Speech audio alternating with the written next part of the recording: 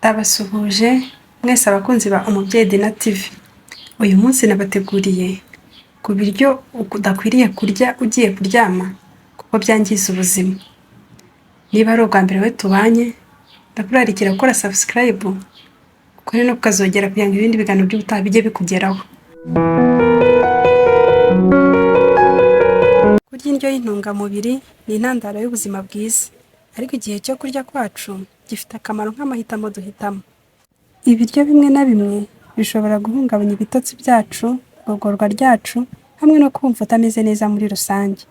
Hariho ibiryo bishobora kuba ari byiza kubirya ku manywa, ariko wabirya nijoro bikangiza. Kugira ngo usinzire neza, ugomba kwirinda kurya ibiryo birimo isukari, kafeyine, hamwe n'ibiryo birimo sodium nyinshi. Ihitamo ibiryo byuzuye intungamubiri, birimo imboga kugira ngo usinzire neza.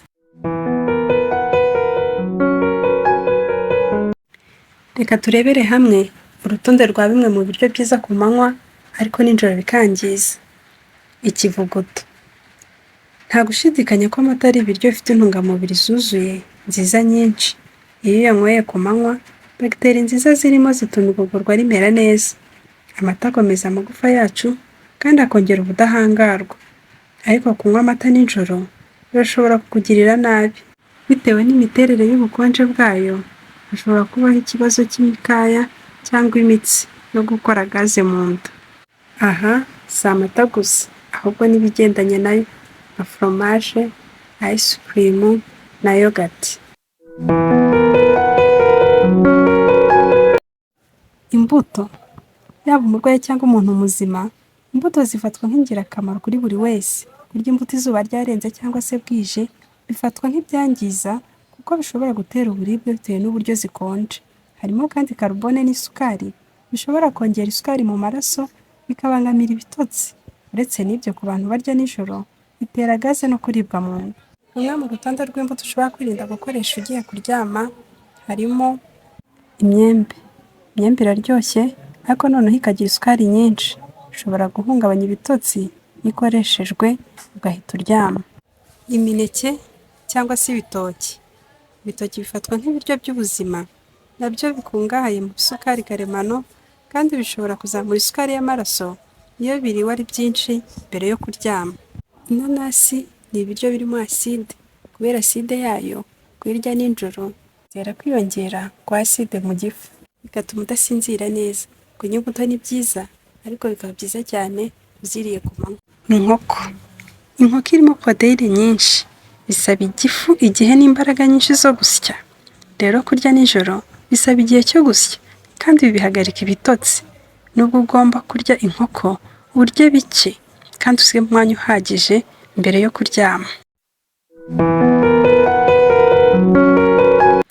Ibiryo birimo ibinure. Kurya ibiryo birimo ibinure nijoro bituma sisiteme y'umubiri ikomeza gukora na nijoro turyamye kugira ngo isenye kandi ikore igogora neza, kandi ibyo bihagarika ibitotsi. Niyo mpamvu abahanga batanga inama yo kwirinda kurya ibiryo binuze cyangwa se birimo ibinure nijoro.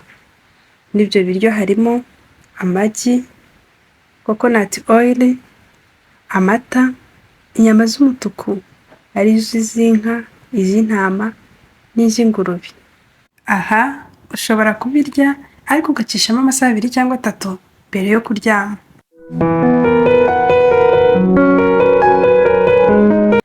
Imbuto zumye. Imbuto zumye zirimo karubone nyinshi, isukari, vitamine, imyunyungugu myinshi n'intungamubiri zose. Zifite akamaro iyo ziriwe kare mu gitondo, ariko iyo ziriwe nimugoroba cyangwa nijoro, imisemburo yo mu gifu bishobora kubimena cyangwa kubicagagura. Aha biba byiza iyo ubiriye ugacaho amasaha 2 cyangwa 3 mbere yo kuryama. Brokoli na chou-fleur. Izo mboga mbisi zuzuye intungamubiri, ariko kandi zirimo karubone nziza hamwe na fibre bifata igihe kinini kugira ngo bikorerwe igogora cyangwa se igifu kibisye. Kubarya bitinze nijoro bishobora gutera kubyimba no kurwara muri sisiteme idufasha gutunganya ibiryo kuva tubiriye mu kanwa kugeza bisohotse nk'umwanda, ariyo gastrointestinal. Byaba byiza kubirya mbere y'amasaha 2 cyangwa 3 kugira ngo uryame.